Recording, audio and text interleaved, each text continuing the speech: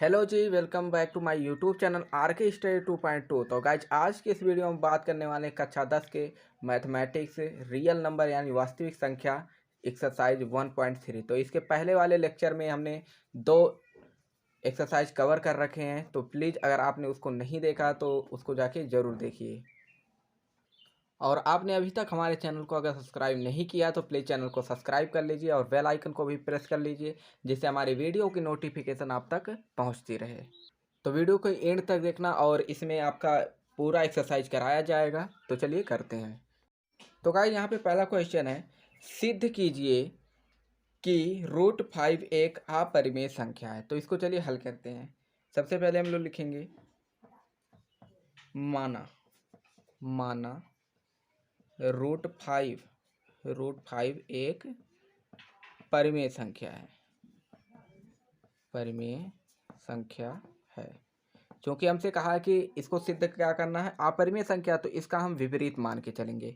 तो विपरीत हमने क्या मान लिया, एक परिमेय संख्या है। और जब भी कोई संख्या परिमेय संख्या होती तो उसको हम कैसे लिखते हैं, मान लीजिए √5 क्या है, एक परिमेय संख्या है, तो इसको हम क्या लिख सकते हैं, P/Q के रूप में लिख सकते हैं। और ये Q, इस परिभाषा के अनुसार हमने पढ़ा था कि Q जो है 0 के बराबर नहीं होता है, यानी इसका हर जो है कभी 0 के बराबर नहीं होगा। अगर हर इसका 0 के बराबर हो गया तो ये अपरिभाषित मान हो जाएगा।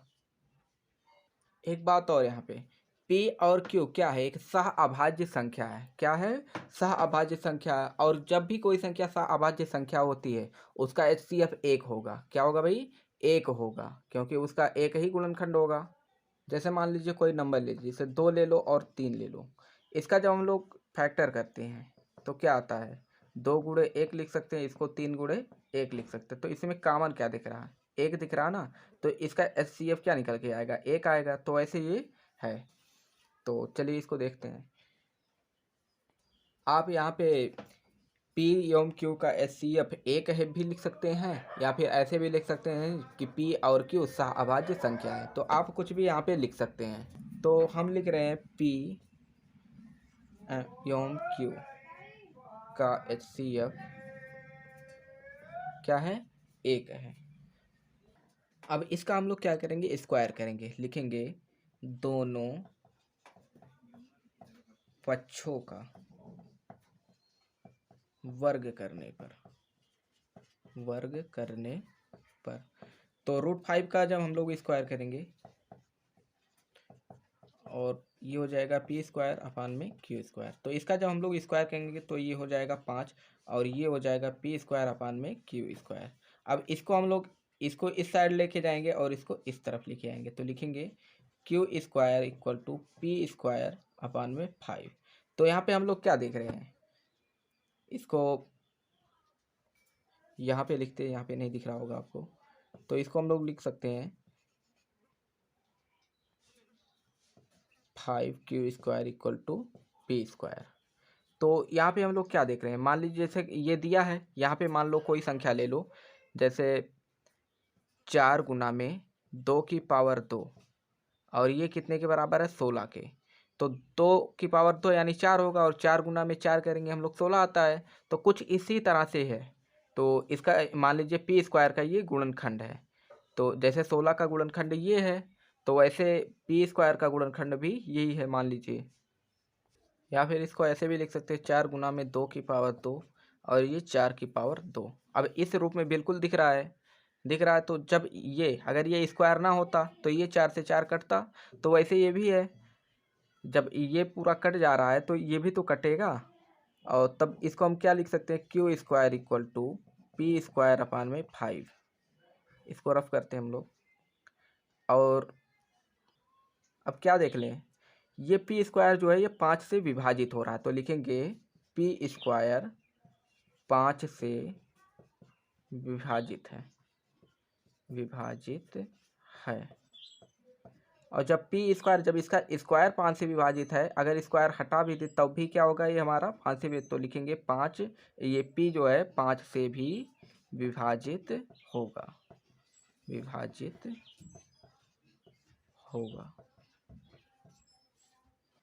तो यहाँ पे पेज भर चुका है, तो इसको हम रफ करते हैं और आगे बढ़ते हैं। तो गाइस आगे बढ़ने से पहले एक चीज़ हम लोग ध्यान रखेंगे, इसको अपने मन में रखेंगे क्योंकि आगे इसको इरेज कर देंगे तो हमें पता नहीं चलेगा। तो इसको ध्यान रखेंगे, इसका एचसीएफ मान लीजिए 1 आया है यहाँ पे, तो इसको हम ध्यान रखेंगे आगे के क्वेश्चन में। चलिए देखते हैं। अब हम लोग फिर से मानने वाले हैं, माना कि अब की बार हम लोग p बराबर क्या मानेंगे, 5m मानेंगे।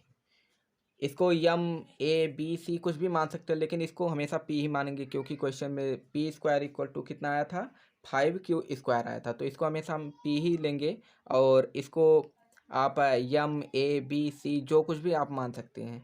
तो अब लिखेंगे दोनों पक्षों का पुनः वर्ग करने पर, दोनों पक्षों का वर्ग करने पर। तो चलिए वर्ग करते हैं। तो ये हो जाएगा पी स्क्वायर बराबर 5m का स्क्वायर, तो ये हो जाएगा 25m स्क्वायर। आगे हम लोगों ने क्या निकाला था, पी स्क्वायर बराबर 5q स्क्वायर ये निकाला था। तो पी स्क्वायर का मान यहाँ पे ला के रख देंगे, यानी क्या हो जाएगा 5q स्क्वायर और ये कितना 25m स्क्वायर। तो ये 5 और ये 5 कट जाएगा, 5 से 25 कट जाएगा। तो ये हो जाएगा q स्क्वायर बराबर 5m स्क्वायर। इसको हम लोग ऐसे भी लिख सकते हैं, q स्क्वायर बराबर q स्क्वायर अपान में 5 इक्वल टू m स्क्वायर। तो हम लोग क्या देख रहे हैं, ये जो q स्क्वायर है ये 5 से विभाज्य है, तो इसको हम लिखेंगे चूँकि q स्क्वायर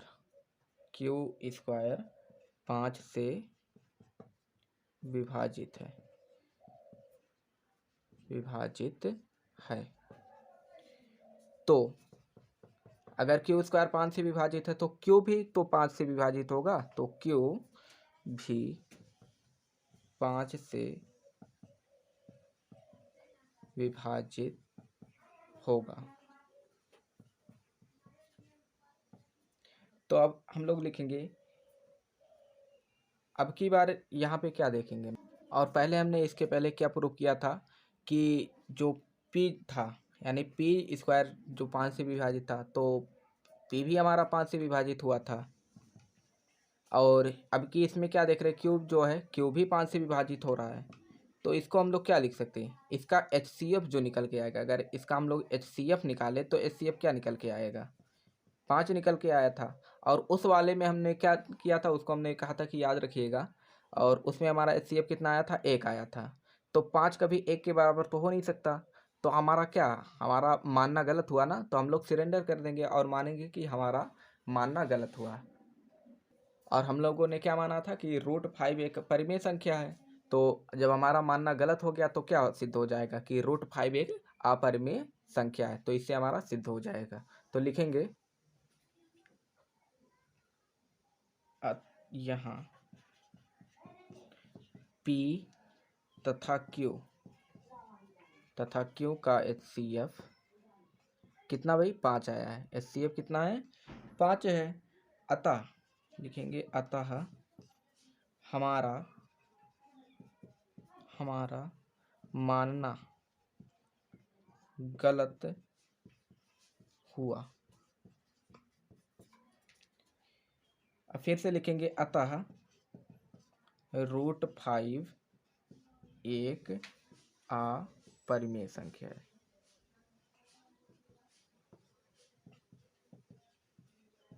अपरिमेय संख्या है।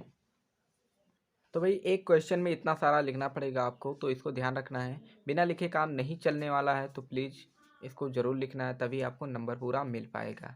और इस तरीके से क्वेश्चन एग्जाम में ज़रूर पूछा जाता है, या तो पूछ लेगा √5 को सिद्ध कीजिए, √3 को, या फिर कभी कभी दे देता है √5 + 2√5, या अन्य तरीके से भी दे सकता है। तो उसको हम लोग इस तरीके से करेंगे।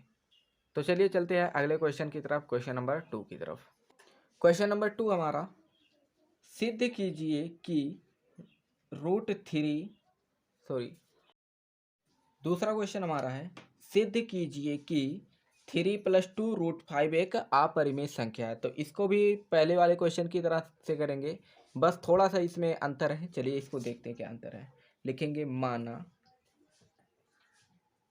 माना कि 3+2√5 एक परिमेय संख्या है, एक परिमेय संख्या है।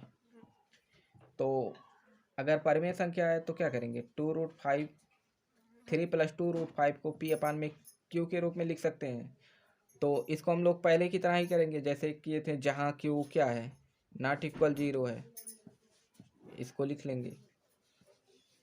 अब की बार हमें स्क्वायर नहीं करना है, स्क्वायर नहीं करना तो फिर क्या करना है, तो इसको हम लोग ऐसे 2√5 को यहाँ पे रहने देंगे और p/में q को भी ऐसे रहेंगे, और ये जो 3 है उधर जाएगा, क्या हो जाएगा, माइनस हो जाएगा। अब लिखेंगे हम लोग 2√5 इक्वल टू, अब एलसीएम मेथड से करेंगे इसको, p ये हो जाएगा -3q/q, और इसको आगे सॉल्व करेंगे तो ये हो जाएगा √5 इक्वल टू p - 3q/में, ये 2 इधर आ जाएगा, 2q हो जाएगा। अब देखिए यहाँ पे परिमेय संख्या है और ये अपरिमेय, परिमेय संख्या को हमने एक साइड कर दिया और अपरिमेय संख्या को एक साइड में। तो यहाँ पे क्या लगा, बराबर लगा है, और जब बराबर लगा है तो क्या कभी ऐसा संभव हो सकता है कि परिमेय संख्या कभी अपरिमेय संख्या के बराबर हो सकता है, नहीं हो सकता ना। तो क्या लिखेंगे यहाँ, ये क्या है, अपरिमेय संख्या है, √5 एक अपरिमेय संख्या है, अपरिमेय संख्या है।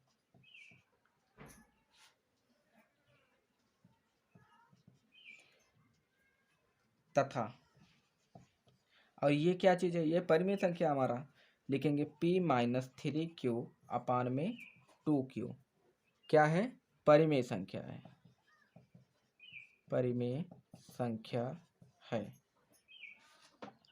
और ये अपरिमेय संख्या है तथा ये क्या है, परिमेय संख्या, तो कभी ये बराबर हो सकते हैं, नहीं हो सकते ना। तो क्या लिखेंगे इसको हम लोग, √5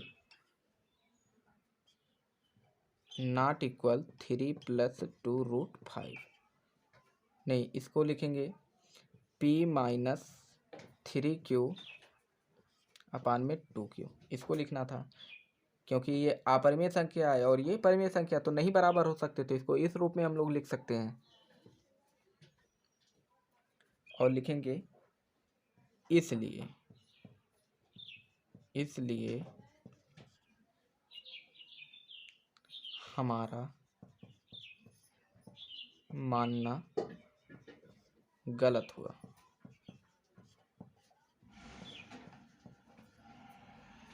क्या गलत हुआ, क्योंकि क्या माने थे हम लोग, 3+2√5 को हमने परिमेय संख्या माना था, और जो कि ये संभव है नहीं, और हमारा मानना गलत हो गया। तो क्या लिखेंगे इसको, अतः 3+2√5 एक अपरिमेय संख्या है, अपरिमेय संख्या है। तो इस तरीके से हमारा सिद्ध हुआ। तो हम लोग क्या देख रहे हैं, ये वाला क्वेश्चन तो पहले वाले क्वेश्चन से भी आसान था। अब चलिए चलते हैं क्वेश्चन नंबर 3 की तरफ। क्वेश्चन नंबर 3 भी बहुत ही आसान है, तो चलिए पढ़ते हैं इसको। सिद्ध कीजिए कि निम्नलिखित संख्याएं अपरिमेय संख्याएं हैं। तो पहला इसका, आप इसमें 3 ऑप्शन आपके, और पहला ऑप्शन हमारा 1/√2, इसको सिद्ध करना है कि यह एक अपरिमेय संख्या है। तो हम लोग क्या पहले वाले तरह मानेंगे इसको, तो लिखेंगे माना 1/√2 एक परिमेय संख्या है। और जब परिमेय संख्या तो 1/√2 को क्या लिख सकते हैं, p/q के रूप में लिख सकते हैं, और इसको भी वैसे जैसे पहले लिखते थे, जहाँ q ≠ 0, ऐसे लिख सकते हैं। तो इसको हम लोग क्या करेंगे, q को उस साइड भेजेंगे, q, और इसको मल्टीप्लाई कराएंगे यहाँ पे, तो ये हो जाएगा √2q, सॉरी यहाँ पे p रहेगा।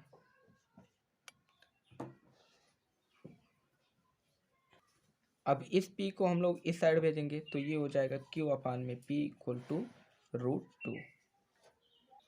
और यहाँ पे हम लोग क्या देख रहे हैं, √2 है, और इसको हमने पहले सॉल्व किया था √5 को। √5 क्या हमने सॉल्व किया था कि क्या था, एक अपरिमेय संख्या था। इसी तरह से √2 भी है, तो लिखेंगे यहाँ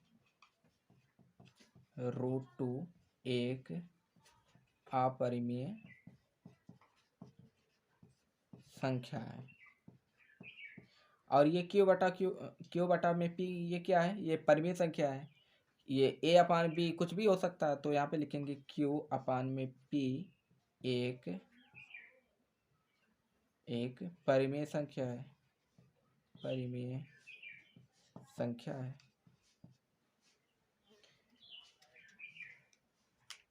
और जब ये अपरिमेय संख्या और ये परिमेय संख्या है, तो क्या कभी क्यू अपान में पी ये कभी √2 के बराबर हो सकता है? नहीं हो सकता ना, तो ये नॉट इक्वल का साइन लगाएंगे और ये हो जाएगा √2।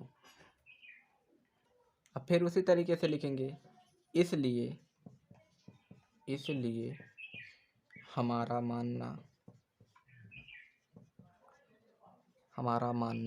क्या हुआ भाई, गलत हुआ।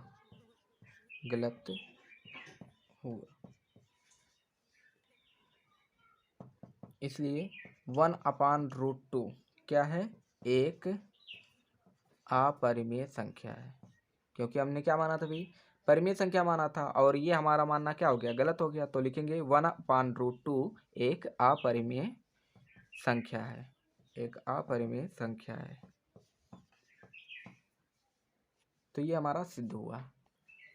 क्वेश्चन नंबर 3 का सेकंड क्वेश्चन है यहाँ पे 7√5। इसको हमें क्या सिद्ध करना है, यह भी एक अपरिमेय संख्या। तो क्या मानेंगे, इसको माना 7√5 एक परिमेय संख्या है, परिमेय संख्या है। जब परिमेय संख्या तो इसको क्या लिख सकते हैं, 7√5 इक्वल टू पी अपान में क्यू। और ऐसे इसको भी लिखेंगे जहाँ क्यू नॉट इक्वल 0। और इसको जब हम लोग सॉल्व करेंगे तो इसको √5 अपान में पी अपान में 7 क्यू हो जाएगा। तो क्या देख रहे हैं हम लोग, ये तो भाई अपरिमेय संख्या है और ये क्या है, परिमेय संख्या है। लिखेंगे यहाँ √5 एक अपरिमेय संख्या है, अपरिमेय संख्या है। क्योंकि हमने इसको पहले ही कर रखा है कि यह एक अपरिमेय संख्या है। इसको हम पहले से जानते हैं कि यह एक अपरिमेय संख्या है, और इसको क्या जानते हैं कि ये परिमेय संख्या है। तो लिखेंगे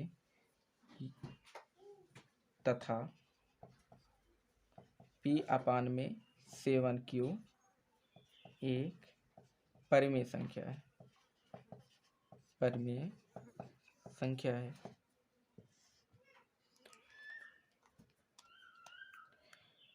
जब ये √5 एक अपरिमेय संख्या और ये परिमेय संख्या है, तो कभी ये बराबर हो सकते हैं, नहीं हो सकते।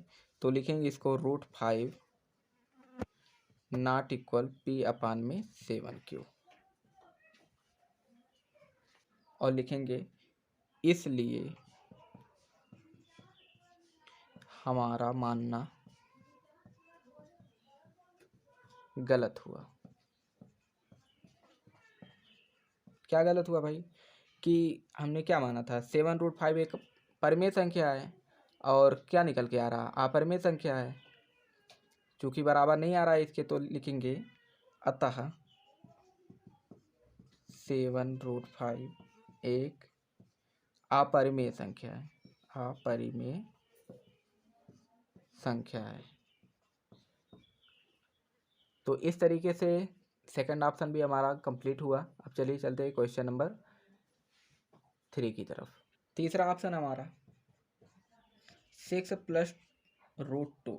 इसको हम लोग क्या मानेंगे, माना 6 + √2 एक परिमेय संख्या है, परिमेय संख्या है। तो 6 + √2 इक्वल टू क्या हो जाएगा, पी अपान में क्यू। और लिखेंगे जहाँ क्यू नॉट इक्वल 0। अब इस √2 को यहाँ पे रहने देते हैं और उसको उस साइड ले जाएंगे, पी अपान में क्यू माइनस का 6। और इसको आगे सॉल्व करेंगे हम लोग, √2 इक्वल टू पी माइनस का 6q अपान में क्यू। और हम लोग क्या जानते हैं, √2 एक परिमेय संख्या है। यहाँ √2 एक अपरिमेय संख्या है, अपरिमेय संख्या है। और ये क्या है, p-6q/q एक परिमेय संख्या है।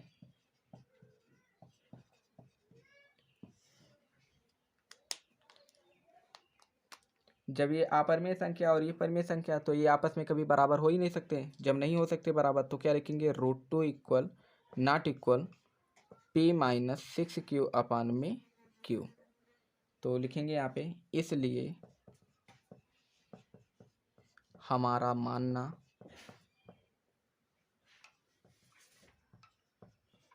गलत हुआ, गलत हुआ। अतः 6√2 एक अपरिमेय संख्या है।